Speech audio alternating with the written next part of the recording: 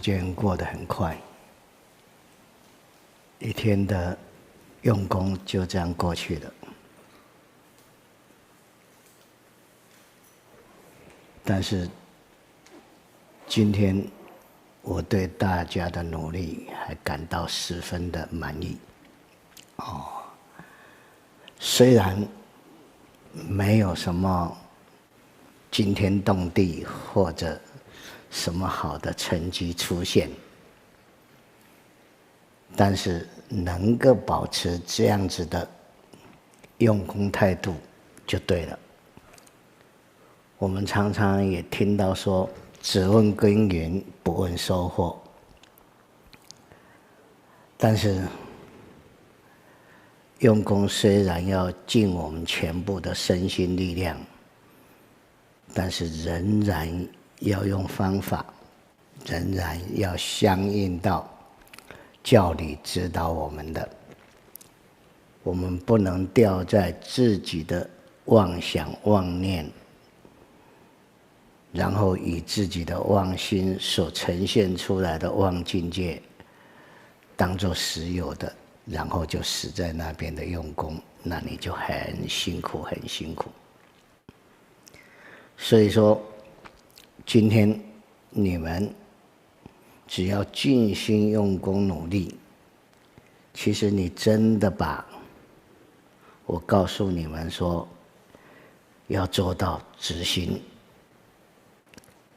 你就不会被很多的你在修行过程中的种种的事项绑住，然后深陷其中，然后在那边挣扎。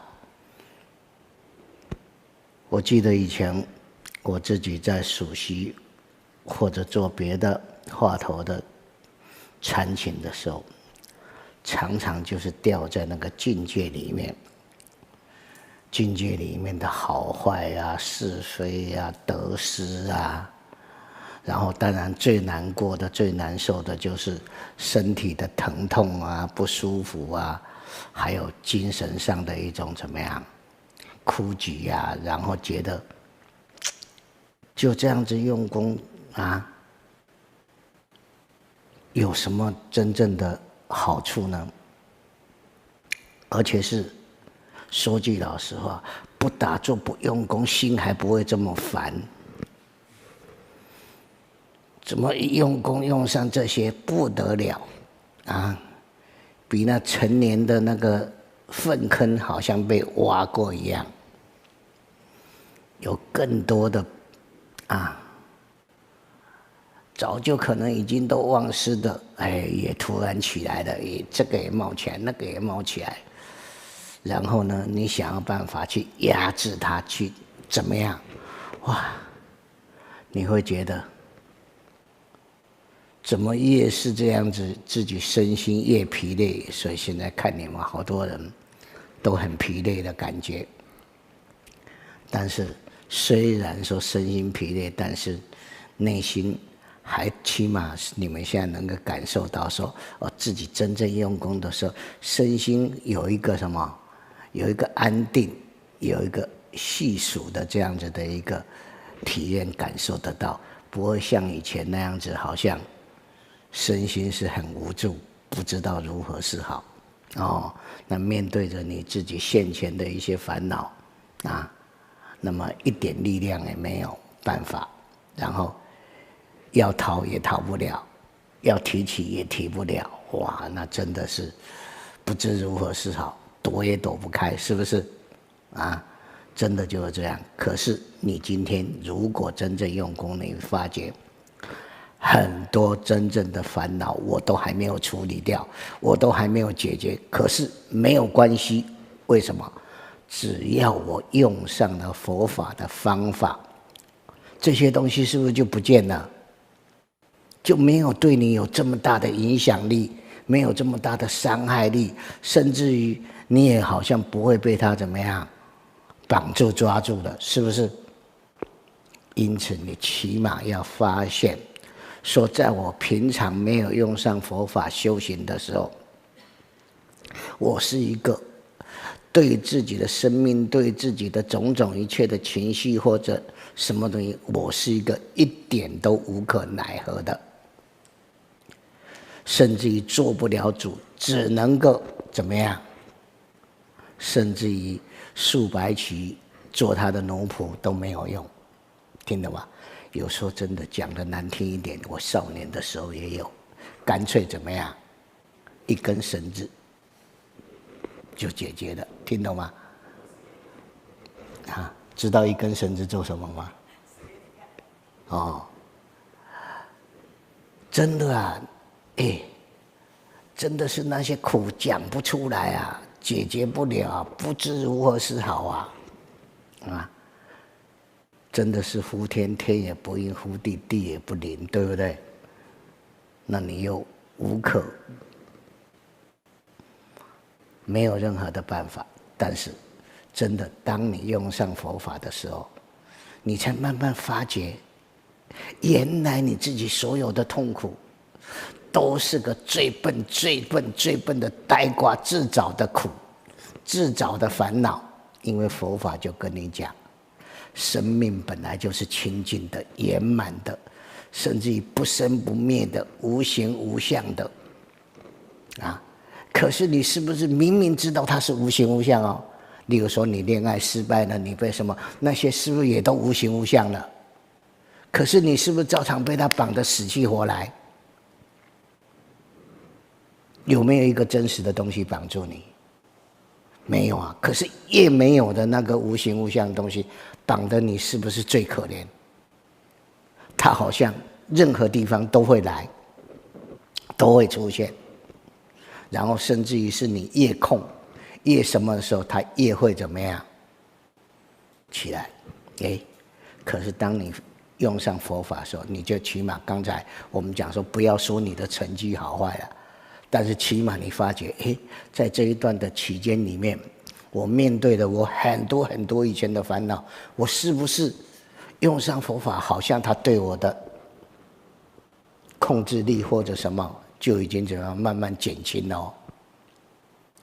不仅减轻，然后当我的生命越加觉醒，对佛法越加能够感受体悟的时候，我的生命的觉醒觉照的力量，使得我对我的身心原来事实上这些我原来认为最苦最难过的最什么的，对，原来它只是个幻象。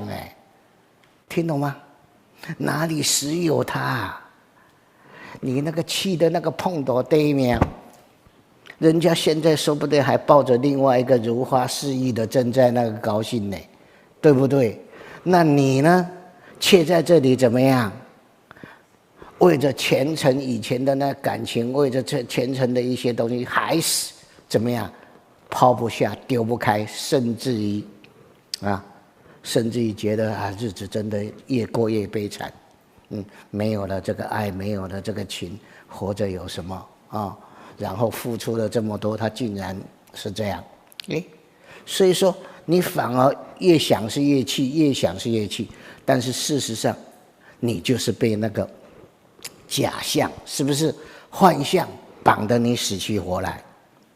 可是当你真正对佛法修行，你发觉原来我放不下的、丢不开的，其实它并不难呢，听懂吗？只要我用上佛法的时候，原来它就可以慢慢放下。真的你就想，对呀，所有的一切不是如梦幻泡影吗？不是就是一场因缘的一个现象假象吗？那哪一样是真的？是你那颗颠倒心把它当作真，听懂吗？所以这个你认为真的，就是你自己最大的问题。结果你从佛法里面感受到、认知到了以后，慢慢身心安定，更加清明的时候，你对很多的事情真的就能够了解了，听懂吗？能够明白了，你就知道该怎么去处理的，你就不会深陷深溺在那个境界里面。然后佛陀跟我们讲，我们每个人的生命里面我们的身心里面具足有无量的功德、无量的宝藏、无量的法财、无量的种种的这些美好。可是我们好像除了做梦妄想，我们好像会得到以外，我们在我们的身心里面，好像就是我们原来贪求颠倒获得，例如说感情的贪爱啦、钱财的一时获得啦，还是名义的一时，但是你看那种的欢喜也只不过是一时的，听懂吗？也只不过是个昙花一现的，看起来当时蛮怎么样哦，蛮刺激的，蛮有一些什么，但是呢，没有多久，是不是就是啊？你看，当你财产没有1桶金的时候，你像有1桶金；有1桶金的时候，你又不满那个1桶金，然后给你五子登科，你也最后也没有从这里得到什么真正最大的快乐，对不对？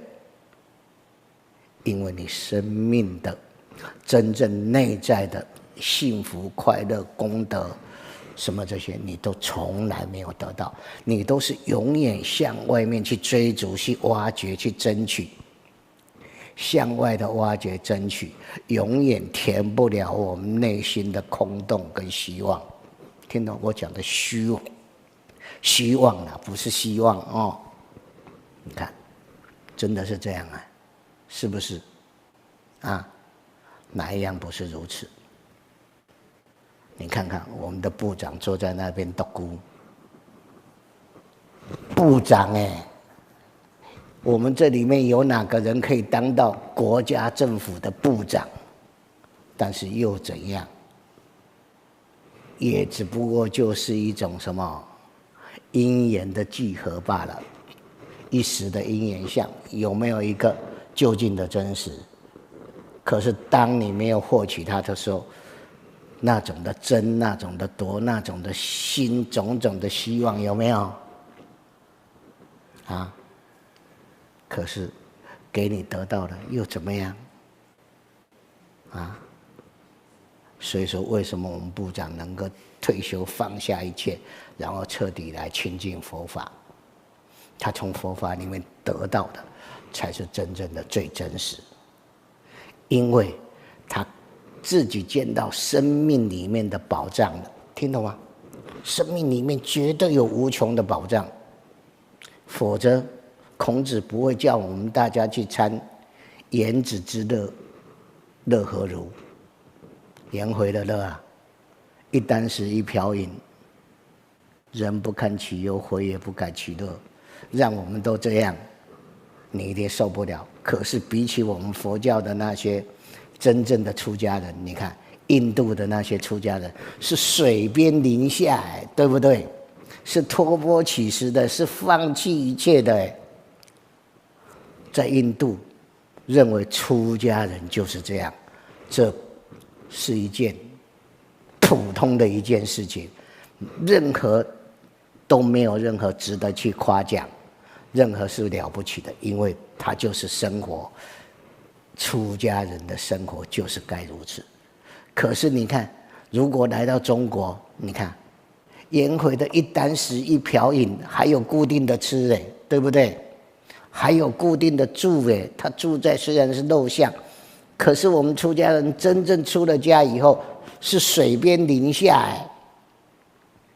然后你觉得这个林很漂亮，住超过3天犯戒，不可以必须就要挪窝，听懂吗？不挪犯戒啊。那个食物哇，今天拖了好了多了很爽，吃了到中午以后，觉得还很不错，我还很想吃，留到下午吃，犯戒。好的东西也得舍，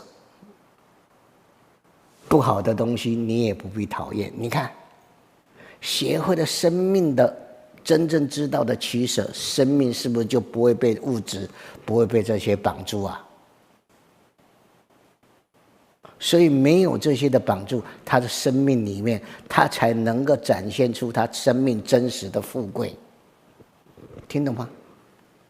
富贵不是钱财你的多少，是你生命里面能够知道说你有多少无尽的那种取之不尽、用之不竭的那个无尽宝藏，那个就是什么？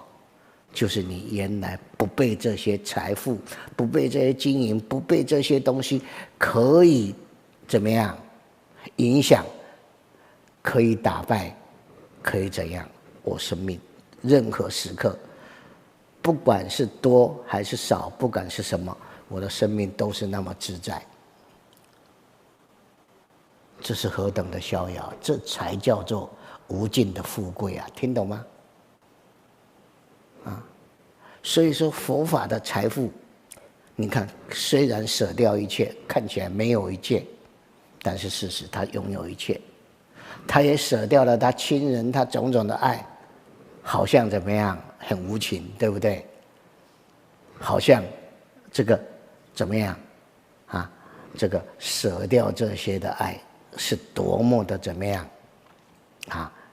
一种我们如果在我们中国，甚至还有人说这种和尚啊，他的心太硬了，对不对？啊，他对他的家人太无情了。尤其是我们所崇敬的弘一大师。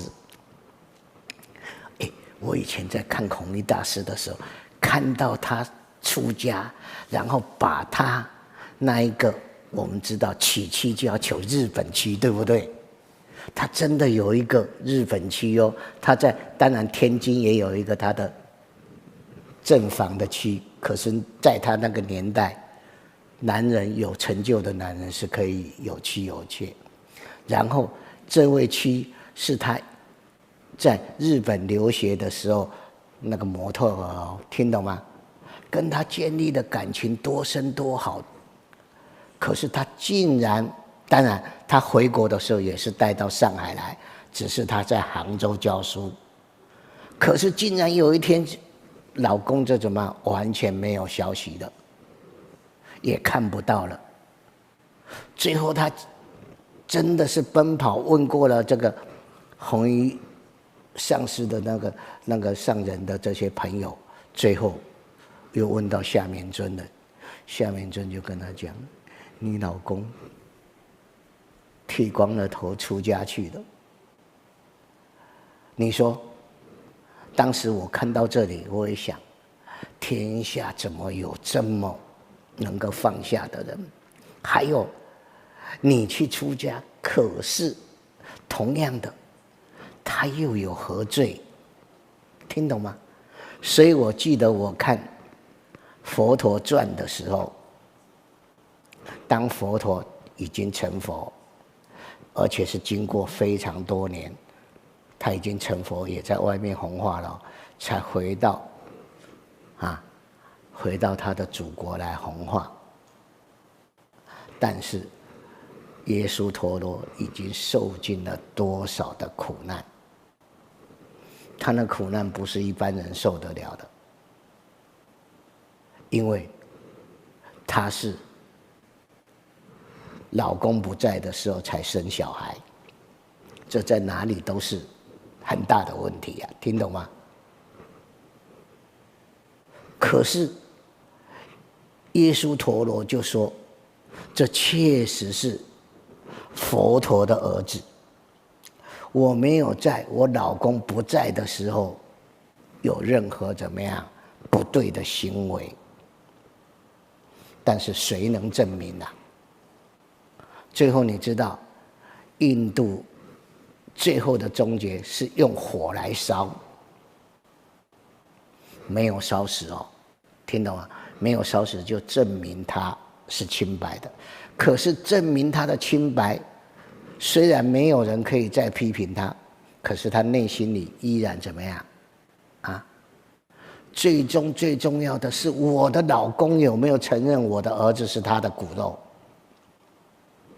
如果没有达到这个最后的一刻，是不是前面的努力都是假的，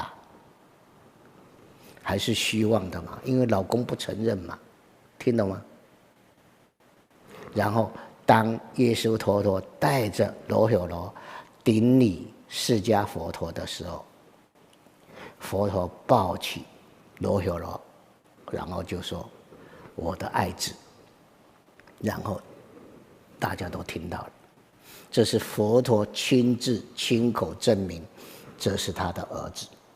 然后甚至于后来佛陀跟大家讲，为什么我的儿子是在我离开了这么久才生的，他把这个因缘讲了，大家就更明白。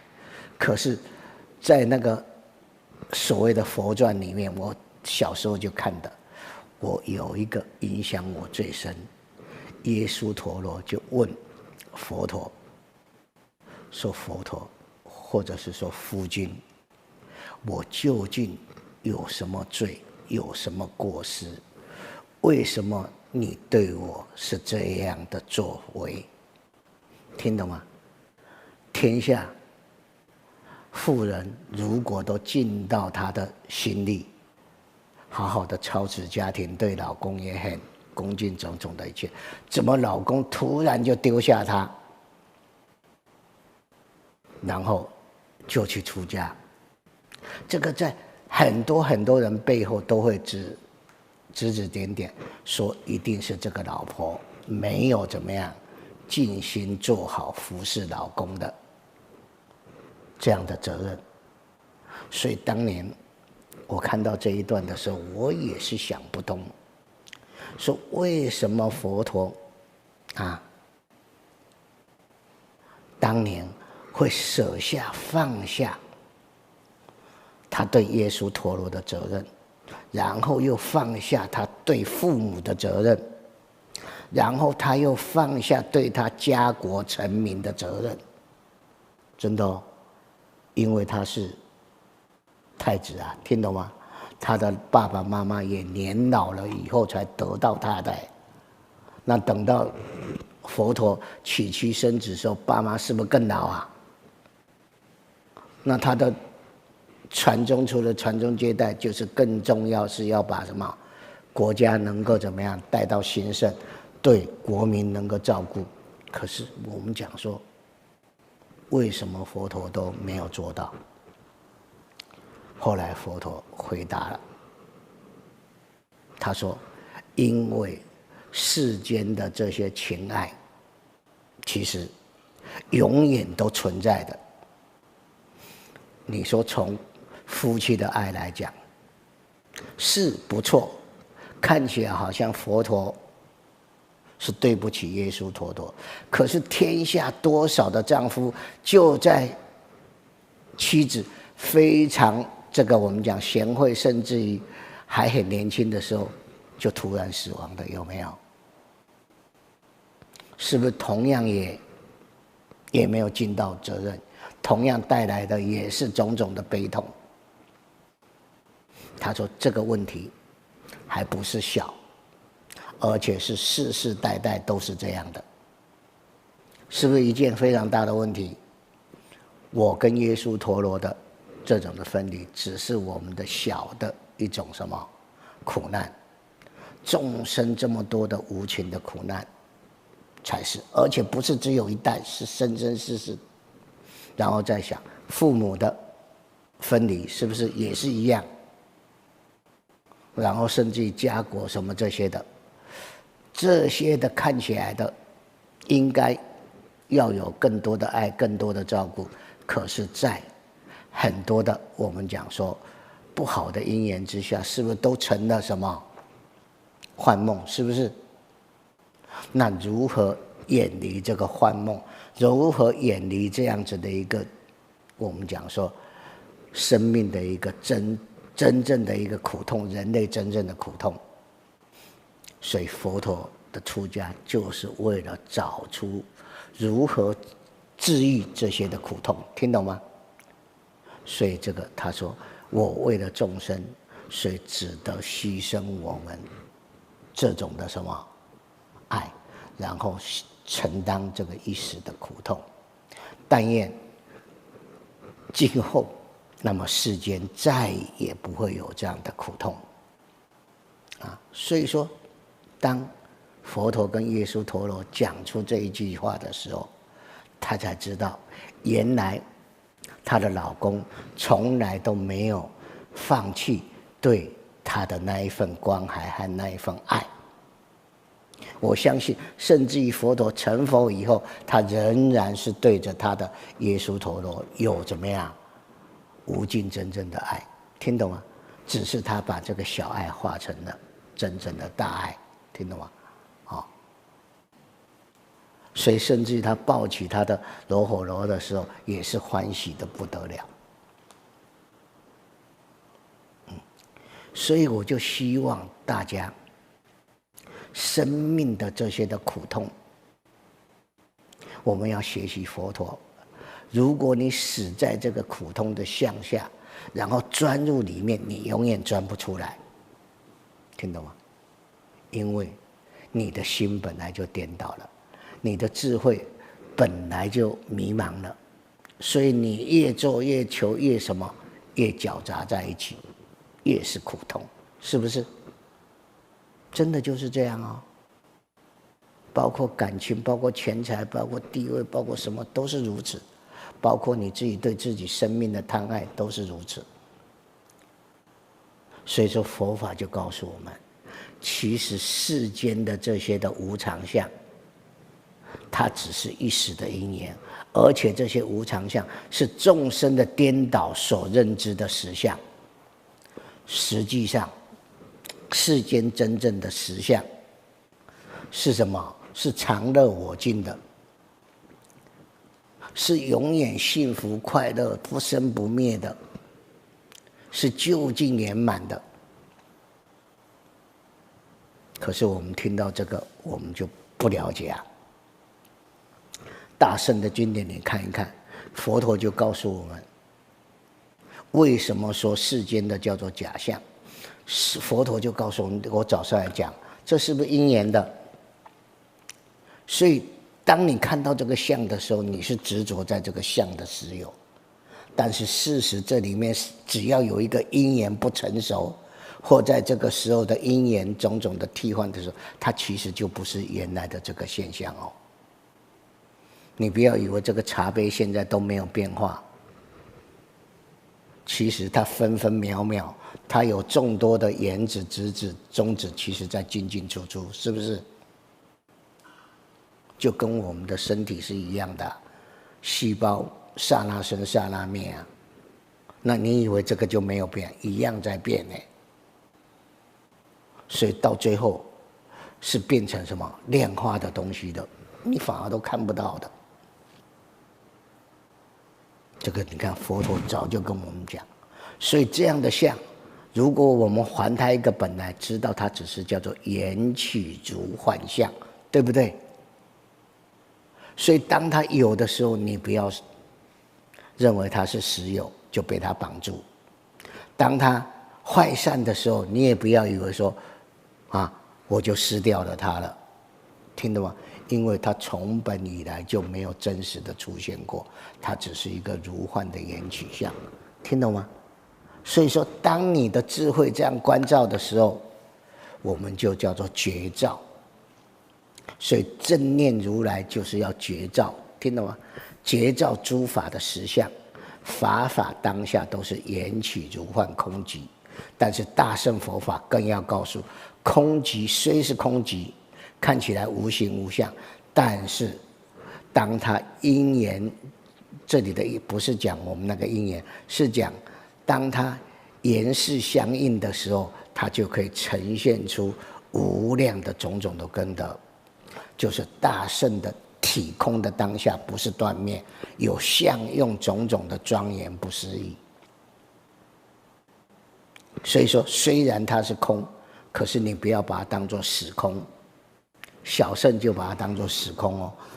现在这个只是个这个东西，所以说你不知道。如果这个我们把它当作说我们的生命，听懂吗？我们的生命我把它当作实有，所以我是不是就非常贪爱它、贪恋它？是不是我就害怕它变无常？所以你就没有办法做到像对待茶杯这样子。但是这个茶杯如果是无价的宝，我相信你也是没办法，就是因为它还算是蛮便宜的，所以有也可以，没有也可以。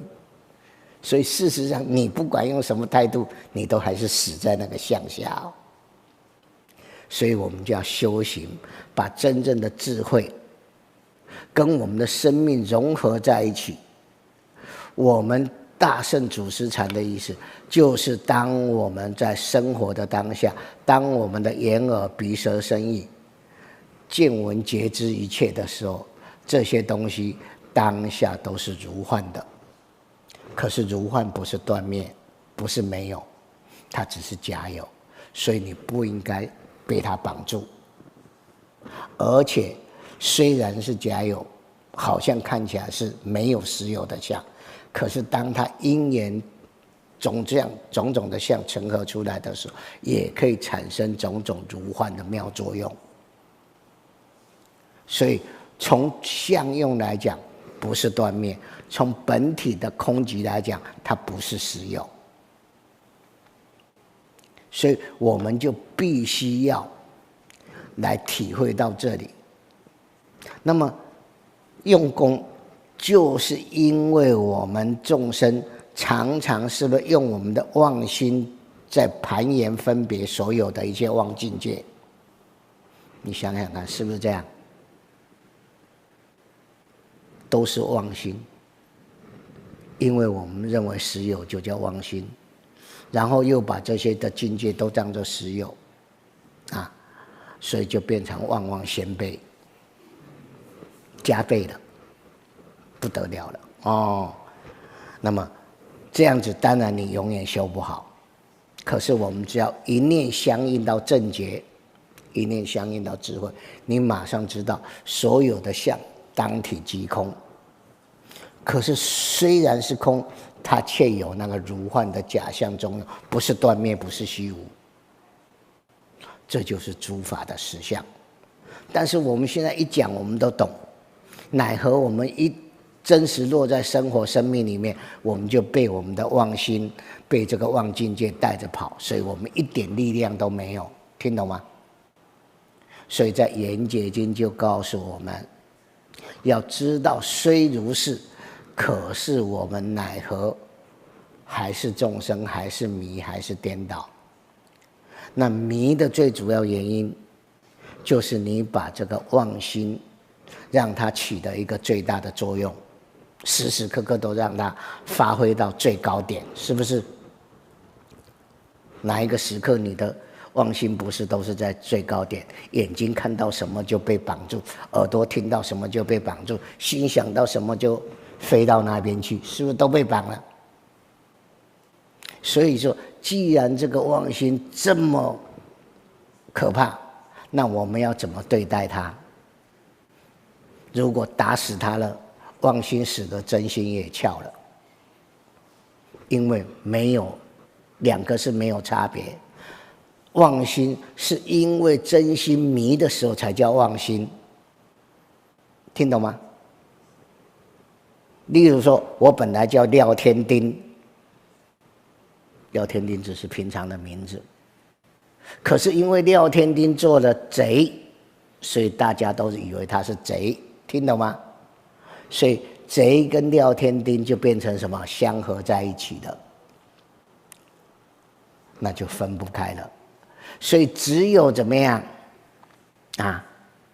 把那个贼，听懂吗？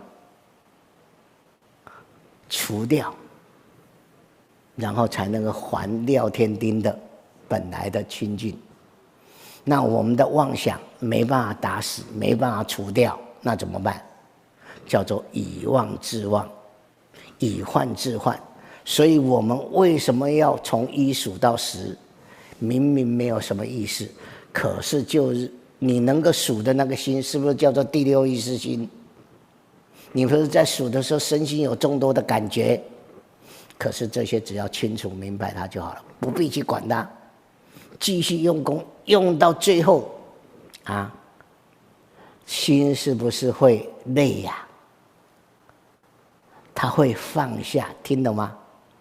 所以当它豁然放下的时候，当下就开朗，听懂吗？就是突然我们就叫转念成智，或者转世成智，念一转，当下就相应。那这个念怎么转？你要真正的做到那个功夫的时候，不转它自转，听懂吗？真的就是这样。不需要有什么东西去转它，甚至于你也不要以为说啊，有一个妄念让我转了以后就变成真念真心，那绝对不是这样的。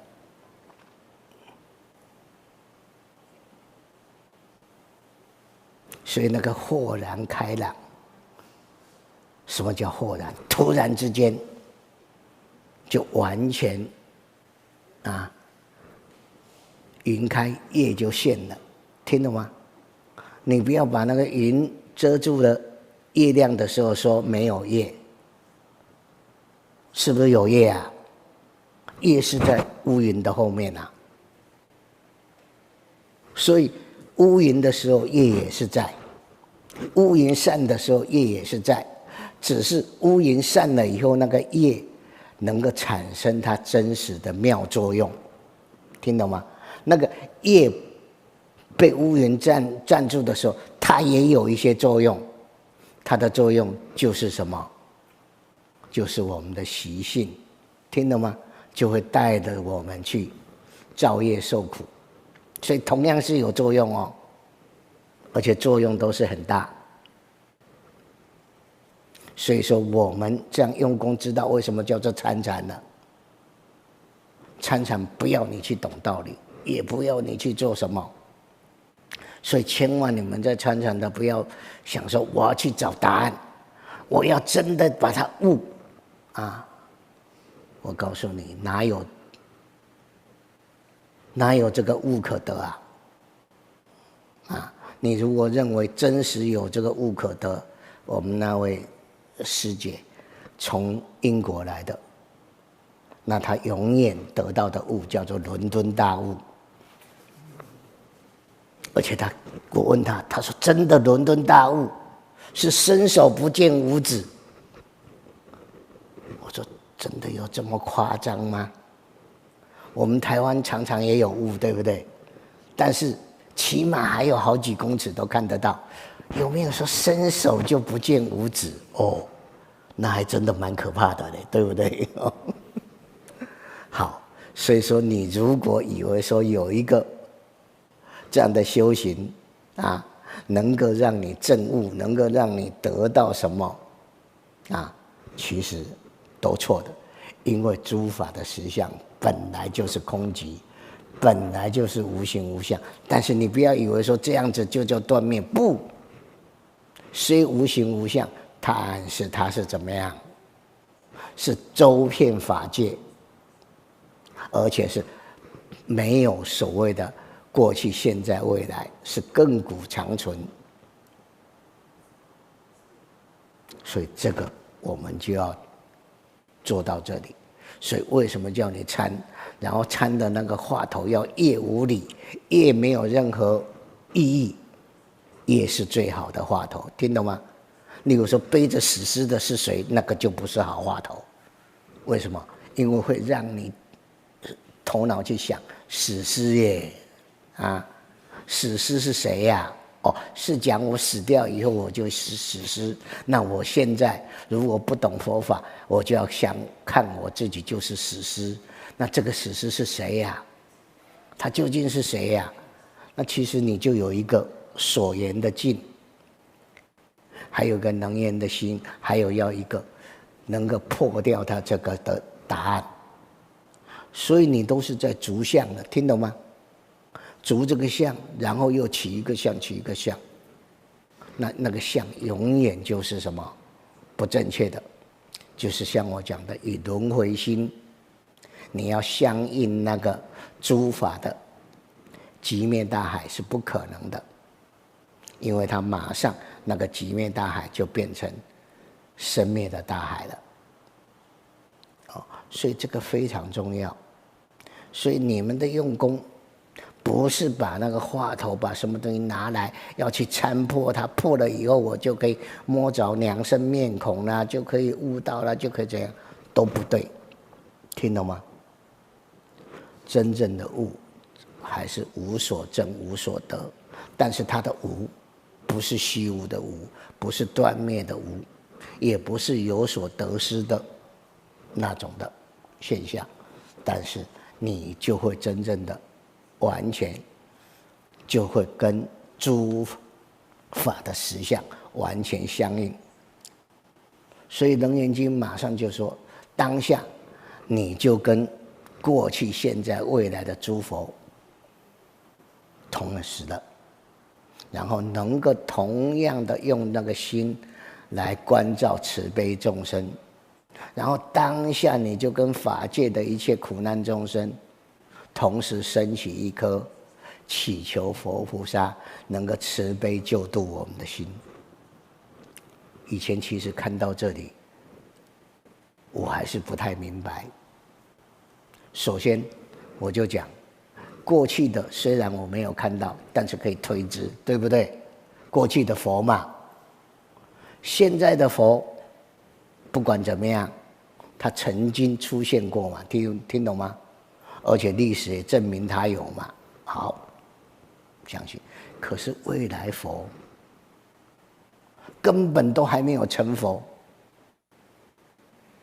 连个影迹都没有，你能够说他是未来佛吗？这一句未来佛是它的内涵是什么？没有啊。那为什么会一时当下就显现在这个悟道人的眼前？所以以前我看到这里的时候，虽然从教理上我也可以去说它，可是真实的了解我就欠缺了很多。然后还说，甚至于过去、未来、现在的同时呈现那这样子意思就是三际了不可得。可是，在我们生命自己的过程中，是不是有三际呀？有，我们都有经过过去嘛，对不对？我们也有现在当下嘛。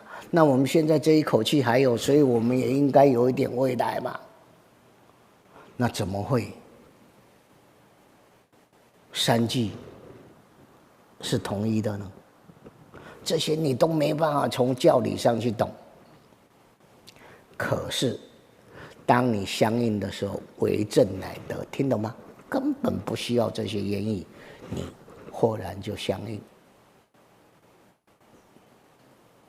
然后最重要的是这些东西，当年我没办法真实的了解，但是现在我跟你讲，当我跟我师父真正用功相应的时候，这些我都亲自过来了。所以说，真悟你说是空寂的、没有的，不对；你说它是有也不对。但是，像古代的祖师大德，他们的生命为什么这么自在安然？然后看他们的这些的语录所讲的显现出来的，为什么是这样的潇洒自在？然后甚至于无限的圆满这些以前都只会羡慕，但是如果你们真正努力以后，人人都可以记住，都可以得到，听懂吗？佛菩萨没有骗我们，历代祖师的以他们自己生命的成就也没有骗我们，听懂吗？那我的师公、我的师父也没有骗我们。我是我师父亲口认定的，传上法界，然后传上种种的。所以说，我希望你们对我要有所信心，听懂吗？我们要感受到你们都是我的徒弟啊，教一天教一时都是。师徒要生命以共，听懂吗？要心心相系。你们的慧命，你们的真实生命，是掌握在你们的手上，可是成就是要由我来帮忙，了解吗？我对你们有这样子的责任，有这样的义务，我一定会尽我的生命来帮助你们。但是你们自己要真实发心，不要这个浪费你自己真实的生命，听懂吗？教你们的东西都要认真的去用功，认真的时时刻刻去学习。当你相应到那个地步的时候，你自然就能够清楚明白了之。你没有真正相应的时候，那些东西你都怎么想怎么解都解不通。不要讲什么叫佛，你就不知道了，真的啊。所以说，希望大家要努力，听懂吗？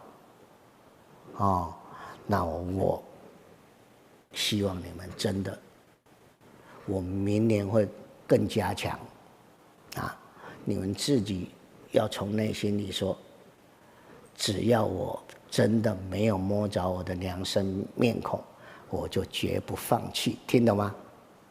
我对我自己的生命要真实的去承担，没有人能够真正的帮助我，只有我自己才能够真实帮助我。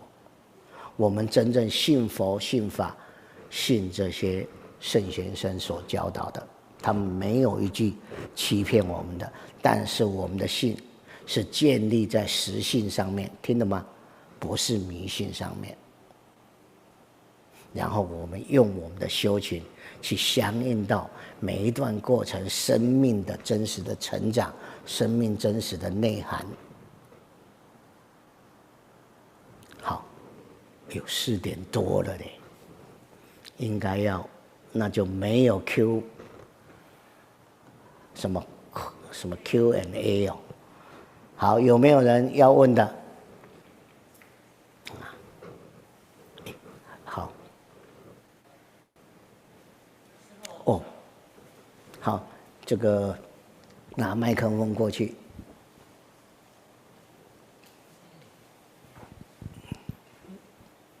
简短，不要问道理。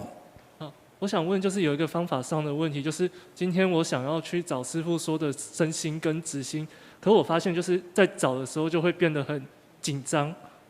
对，所以不可以找，不可以落在相上。Okay. 只要清楚明白自己在用这个方法就好了，没有东西可以找。但就另外一方面就是知道之后就开始放松，可是放松之后就发现妄想又起来。好，那就是又是落在相上。你的放松是落在懈怠放逸上面，所以说妄想就更容易起来，所以那个不叫放松，那个叫放逸。好，下一位。不能问太多，我问外国人。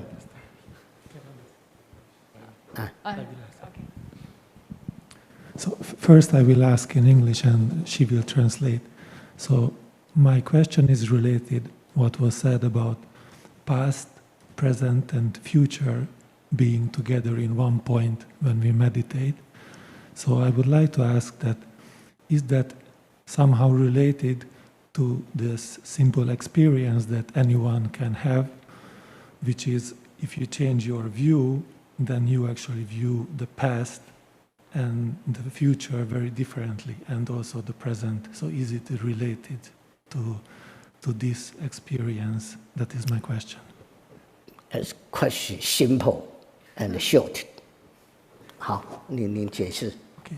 The more simple, what was mentioned that the past, present, and future being together in one point, is it related to the fact if you change our view, then the way we view the past and the present and the future, it also changes?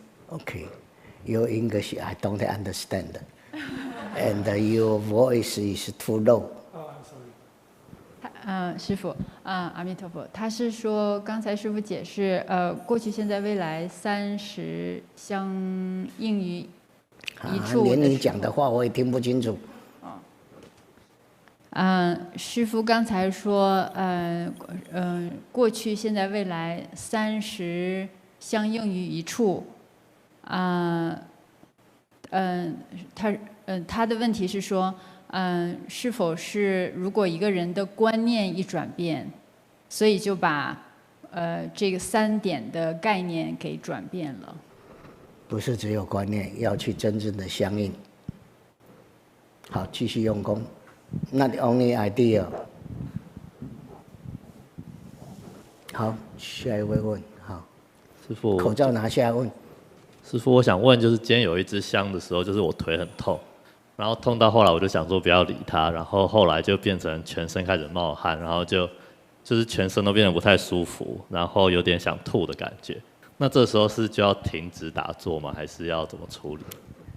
给它死得彻底一点，看看会发生什么。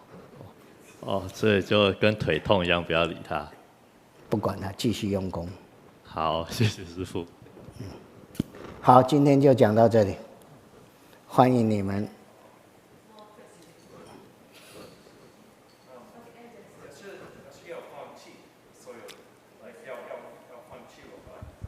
你口罩拿下来，口罩拿下来，口罩拿下来。If we have to give up our, like, we have to let go, but we also need to put in lots of effort, so we stay awake. 他说什么？简单讲一下。Like how to do that? 啊？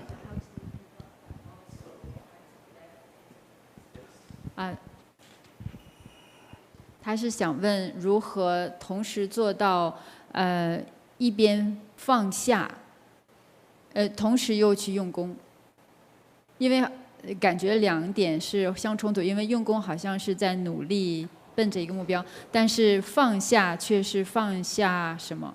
他就觉得这2点是冲突。首先就是观念的正确认知，可是观念的正确认知跟我们无始以来的身心的妄习是差别很大的，所以你必须要用正确的思想认知，去真正的去克服你对身心的妄执所产生的这种的现象，你要能够去渐渐的去转变它。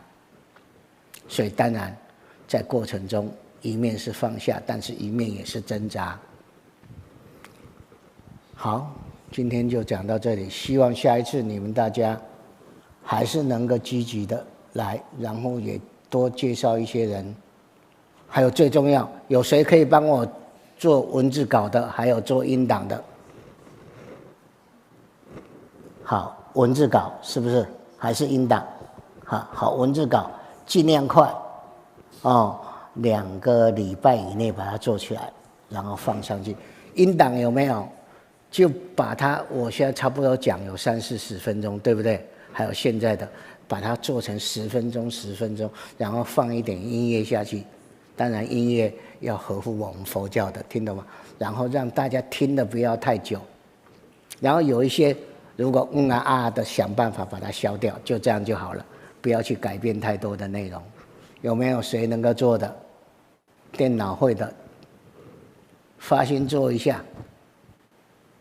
没有啊？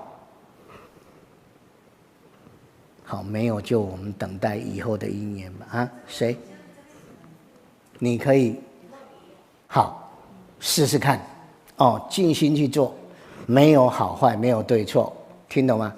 然后你们做好了拿给我，然后我会这个稍微再看看，我们可以互相探讨一下。好，还有没有其他问题？没有的话，继续用功，听懂吗？不可以懈怠，修行一懈怠，功夫就没有用了，要一直持续下去。所以我师父讲，功夫不可断，不可打成2段。那不打成2段，不是叫你每天就是打坐，不是，就是保持什么正念真如，听懂吗？用观照的方法，用你的眼耳鼻舌身意，在所有的诸法的当下，回归到真正的觉照义上，就是真实的实法，就是空寂，但是不是虚无，不是断灭，又有种种的作用。所以在这里面，我不可起贪，不可起种种的心被它绑住，但是我也要知道空不是没有，所以我可以用我的愿心去怎么样，去成就更多的一切。好，今天就到这里，然后帮忙整理一下。好，请大家。